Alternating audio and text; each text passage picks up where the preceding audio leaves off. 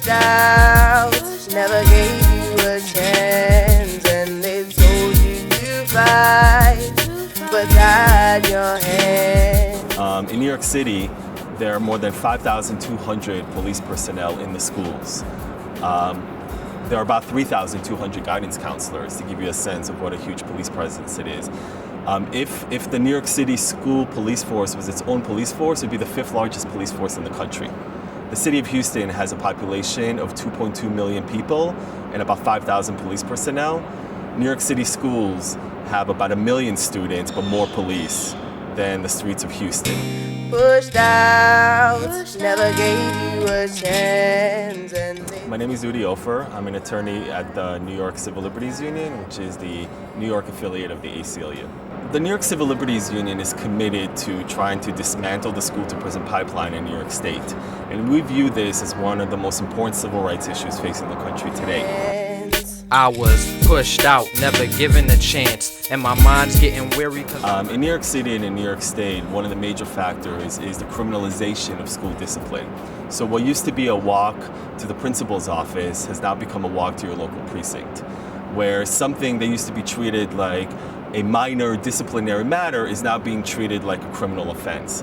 So in New York City, we have clients all the time who, were wearing a baseball cap in the hallway, or talk back to an administrator, or were caught, let's say, late after the late bell rang in the hallway. In the past, that would have been treated as a school discipline matter. Today, with a heavy police presence in many schools and zero tolerance policies, these minor school infractions are being treated like criminal matters. So a kid ends up getting handcuffed, arrested, and spending maybe 24 to 48 hours in jail awaiting a hearing for something that would have never, ever in the past led to to the student being led to the criminal justice system. So there's a huge police presence.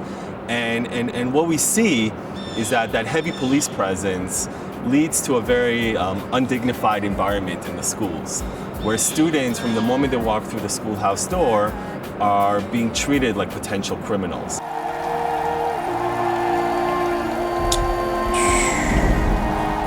What am I going to do now? Students should be treated in a dignified and humane way in the schools. It's such a simple concept, but it has a very complex manifestations. Unfortunately, in the United States right now, both the courts and the public are very hesitant to accept the fact that there may be laws that are binding to us that are outside of the United States. So we're right now in the midst of a human rights movement in the world. And what we're trying to do in the United States is to make policymakers, to make regular folks, to make the courts realize that there's a whole concept of human rights. And in the same way that we have protections in the United States under our Constitution, we also have protections under human rights treatises. And one of those protections is the right to dignity and the right to an education. Unfortunately, in the United States, the courts have interpreted the federal Constitution not to provide a right to an education. So therefore, we need to find other sources of law and how to advance that right, and that's where human rights comes in. Don't let that pull you down. You are what the world needs to see, the voice they need to hear. The issue of the school-to-prison pipeline, the problem of the school-to-prison pipeline, is not going to be solved through litigation alone.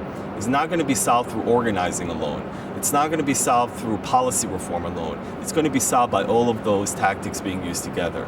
We need to build coalitions across organizations to work together on this issue. We need to do a ton of public education to make people realize that there's a problem. In New York City, there's really a tale of two worlds. There are students that go to schools that are over-policed, and then there are students that go to schools that are not over-policed. And the two worlds don't know each other. And so much of the role that we see ourselves as advocates is bridging those worlds and educating people on what the problems are.